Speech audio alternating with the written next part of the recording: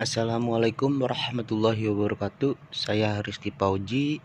Di sini saya akan menjelaskan video tutorial melakukan uji validitas dengan menggunakan SPSS. Saya sudah punya data seperti ini. Angka ini merupakan angka hasil dari kuesioner yang telah disebarkan di 20 responden di tempat yang berbeda.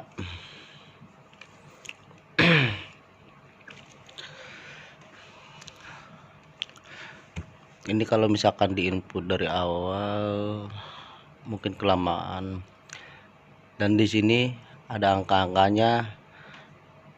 Kalau ini adalah rumus Excel, adanya rumus Pearson.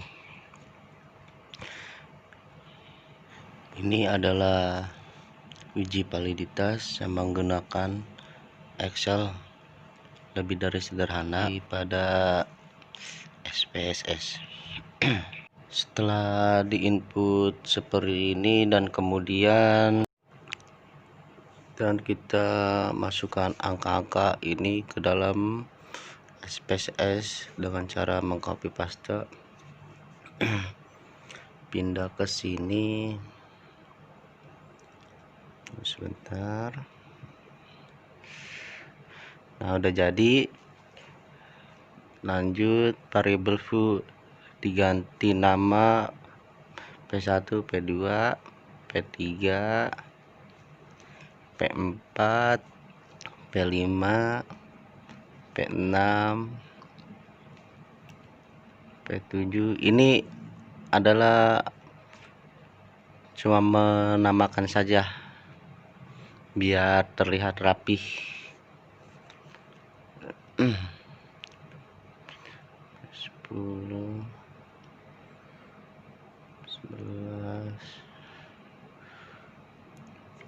13, 14, 14. Nulis seperti ini, nggak usah pakai spasi. Lanjut kita ke analis, terus kita ke scale, reliability, analis. Salah, maaf. Yang P16 itu total, bukan pertanyaan ya. Jadi di sini ada 15 responden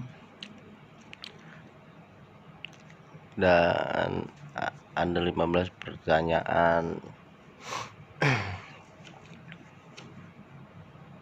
Dari 20 responden.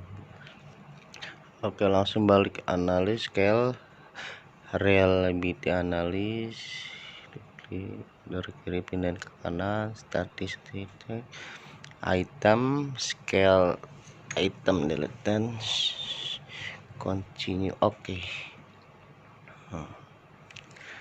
Terus tunggu. Nah, di sini sudah muncul hasilnya seperti ini. Item statik ini jarang sekali digunakan, jadi dihapus saja biar nggak tambah pusing ya.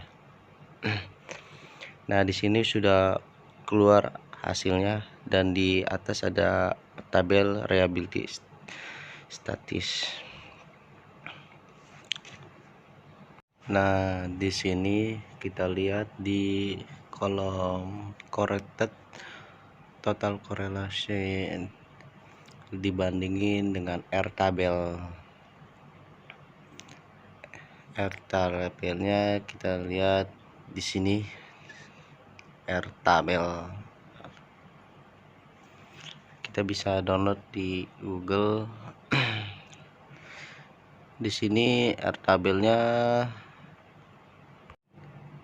diperoleh 0,44, berarti tinggal dibandingin saja. Dan kalau ini 0,856, dibandingin 0,44 dibandingin lebih besar mana. Jika korelator item total korelasinya daripada 0,04, maka item pertanyaan ini dinyatakan valid. Persen, nah nyampe 2 sini, nyampe 2,80, item ini dinyatakan tidak valid, artinya P2 ini dihapus dari pertanyaan kuesioner. Jadi dari 15 pertanyaan hanya satu item pertanyaan yang di delete atau pertanyaan yang tidak digunakan. Jadi sebanyak 14 pertanyaan yang dijadikan dinyatakan. Nah, selanjutnya reliability itu untuk menguji kehandalan tingkat korelabilitas question suatu kuesioner. Bedanya reliabilitas dan validitas itu dia hanya mengukur satu item, satu persatu item pertanyaan. Reliability itu seluruh kuesioner. Bedanya di situ. Gampangnya reliability itu mengujinya angka utuh, sejenisnya tapi per item pertanyaan. Sebelum melakukan uji reliability, kita melakukan uji validitas. Nah, di sini 0,763 dibandingin dengan R tabel yaitu sebesar 0,70 atau 0,7. Jika rombak alfanya lebih besar dari 0,7, maka kuesioner ini dinyatakan reliability. Dan selanjutnya saya akan menjelaskan tentang uji asumsi klasik digunakan atau tidak, tingkat model yang kita pilih. Jika kita menggunakan OLS, maka kita wajib menggunakan asumsi klasik. Nah, jika dia modelnya general least square, maka tidak menggunakan uji asumsi klasik, tapi OLX bentuknya Kalman effect model atau fixed effect model. Oke, kita klik variable view yang akan kita teliti. Nah, kita klik variable X1, X2, X3 dan X4. Nah, berarti di sini ada 4 variabel bebas dan 1 variabel terikat yaitu Y. Dan pastikan dimensionnya scale. Oke. Dan desimal posisi 0. Oke, setelah itu kita klik data view. Nah, di sini ada variabel yang kita akan teliti.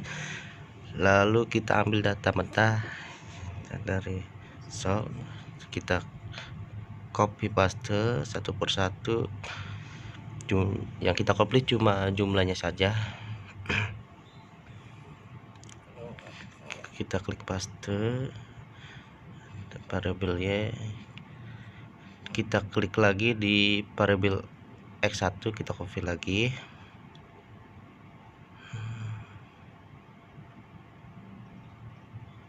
Oke, lalu kita buka lagi X2 nya, kita copy paste lagi.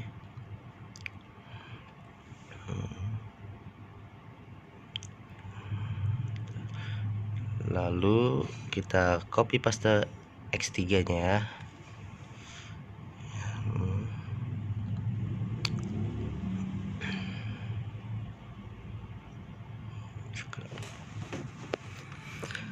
Dan lalu kita copy paste yang X4. Nah, setelah kita copy paste semuanya dari variabel ya sampai X4, maka selanjutnya adalah kita analis. Nah, pertama kita klik analis, kita cari deskriptif analis. Oke, kita klik deskriptif. Nah, dia akan muncul seperti ini, dan kita masukkan ini semua variabel ke kolom sebelah kanan. Nah, kita klik option.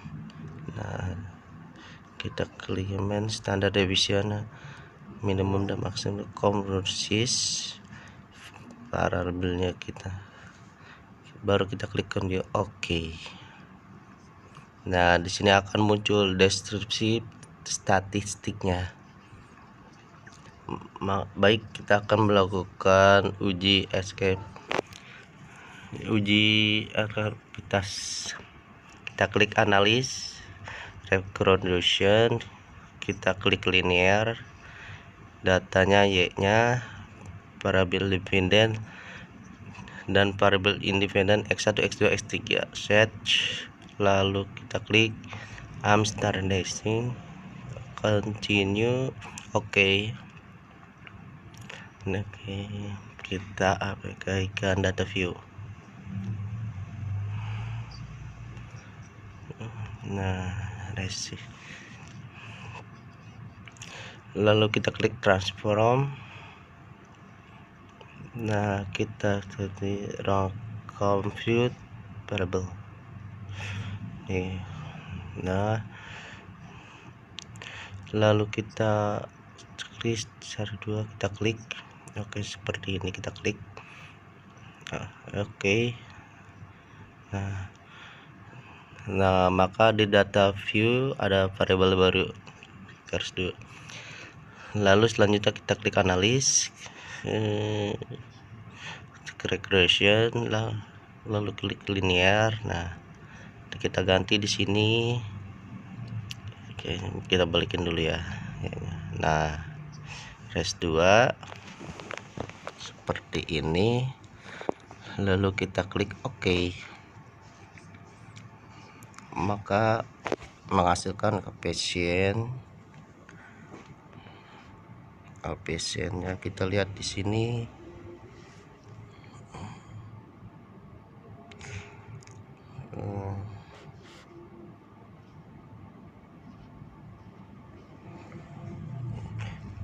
Nah, ini adalah koefisien standar error.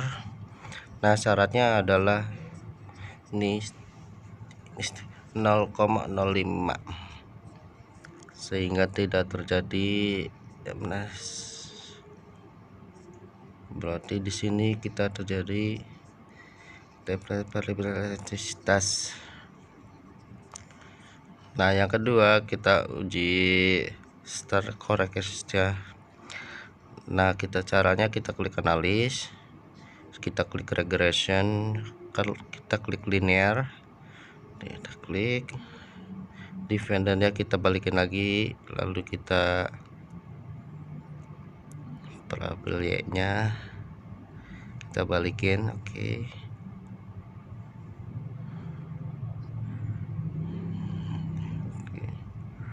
Lalu kita klik port. Nah, ini di sini continue, oke. Kelihatan di sini datanya tersebar dengan baik sehingga model ini dikatakan tidak mengalami heteroskedasitas. Nah, selanjutnya kita uji ketiga, pengujian uji apakah keuntungan kuat korelasi dua variabel bebas atau lebih dan regresi berganda. Kita klik analis, lalu kita klik regression, kita klik linear, akan muncul seperti ini. Lalu kita klik defender X1, X2, X3 sampai 4. Kita klik statistik. Nah, muncul seperti ini.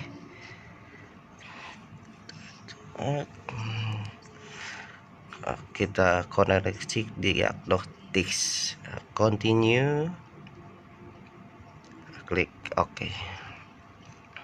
Nah, ini tampilan dari uji korelativitas. Jadi ini hasil korelativitas antara yang 0,08 sehingga dapat tidak terjadi multikolinitas atau independen yang kita uji. Nah, sedangkan toleransinya kita lihat di sini ada nilai model X1, X2, X3 dan X4.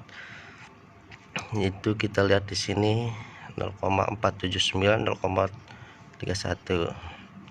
Nah, nilai di atas kita VIF lebih besar daripada 0,1, maka disimpulkan sehingga fungsi yang dipakai untuk peneliti ini VIF tolerance, ini namanya persyaratan kualitas. Terima kasih. Selanjutnya saya akan menjelaskan uji T. Di sini saya mempunyai data tentang sport mengucapkan bahasa Inggris. Nah, ini ada 60 satu LIA, bisa dilihat. Kalau bola F mix 1 didapatkan dari bisa dilihat datanya seperti ini. Ini juga sigmanya dari F1 kuadrat. Angka mahasiswa ekstra introvert. Selanjutnya hipotesis yang digunakan yang signifikan ya, mahasiswa yang haknya ya. Lalu di sini kita menggunakan T-tabel sebesar 0,05. Ini didapatkan dari rumus T-tabel yang Cummings 1. Berarti 2 DF itu penyebutnya itu A min K. Berarti 60 ditambah 562 dikurangi DF. DF-nya 2. Lalu buat Fx satunya sama dengan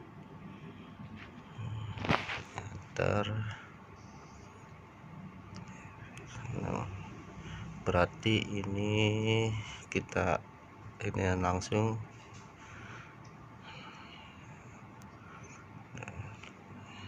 F16, lalu N satunya 60, lalu enter.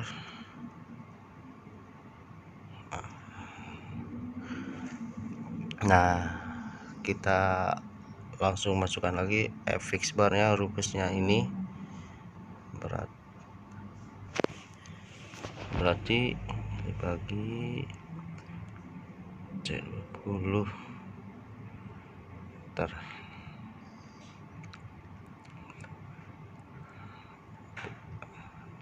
peristiwanya 3240 2 kuadrat. Kita masukkan juga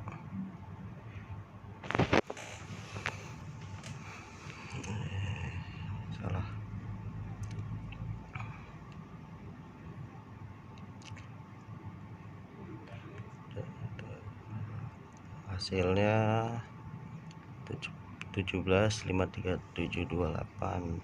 Nah, NN2 nya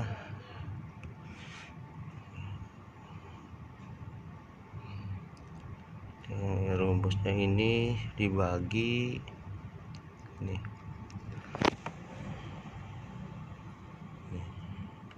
Lalu selanjutnya kita mencari rumus yang S2. Kita masukkan yang Excel sama dengan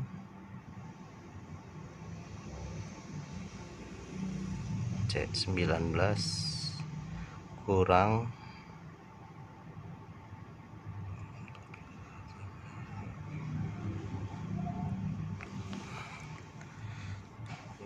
C19 dibagi C20.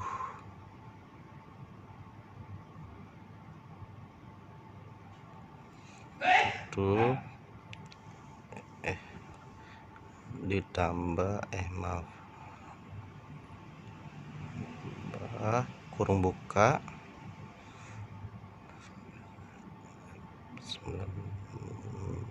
H19 dikurang kurung tutup lagi H19 dibagi H20 tutup, lalu dibagi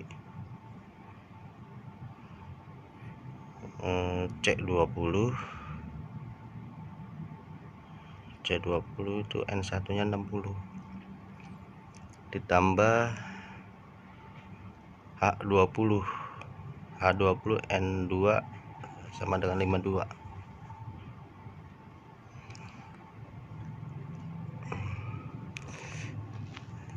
Mil F18 lalu ditutup. Ini standar variannya udah ketemu, kita masukkan ke rumus Excel sama dengan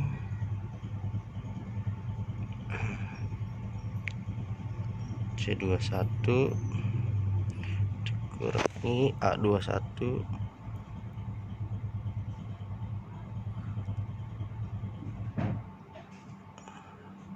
dibagi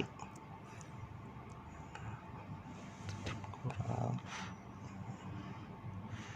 ini variannya L18 dibagi jumlah data C20 terus ditambah invariant variannya lagi L18 dibagi H20 tutup.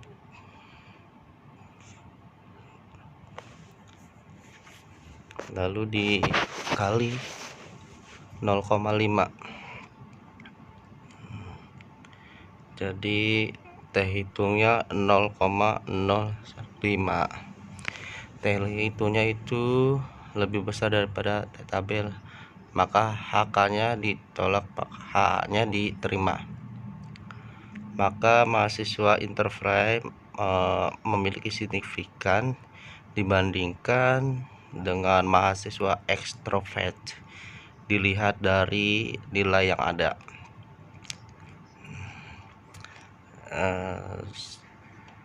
Demikian video tutorial saya. Assalamualaikum warahmatullahi wabarakatuh.